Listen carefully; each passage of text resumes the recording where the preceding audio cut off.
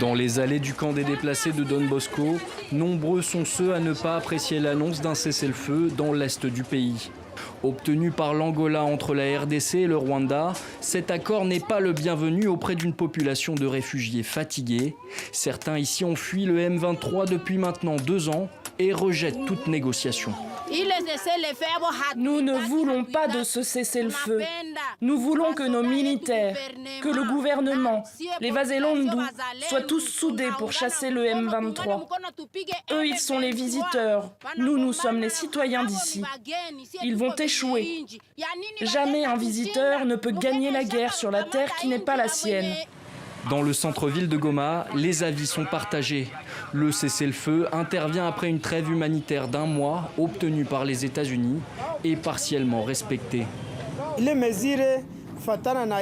Avec cette mesure qui vise le Rwanda, nous soutenons notre président Tshisekedi pour avoir accepté de leur donner la dernière chance pour dialoguer avec eux.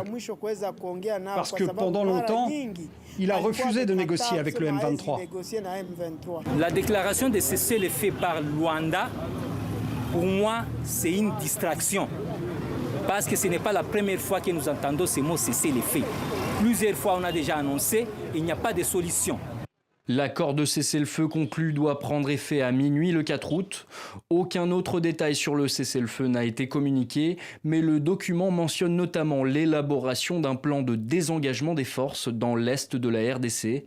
Négocié avec le gouvernement rwandais, l'accord marque tout de même un pas de plus vers une forme d'admission de l'implication de Kigali dans le conflit meurtrier qui oppose le M23 à l'armée congolaise. Il a été convenu d'élaborer un plan de retrait des forces qui sont présentes sur le terrain.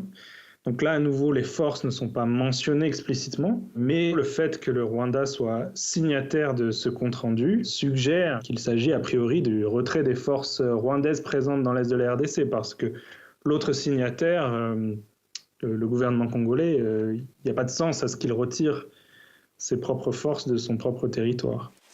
Plusieurs chancelleries occidentales ont accueilli positivement ce mercredi l'annonce de ce nouveau cessez-le-feu. Le chef de la diplomatie européenne, Joseph Borrell, a lui aussi salué l'accord signé entre Kinshasa et Kigali, soulignant un résultat important dans le processus de paix en RDC.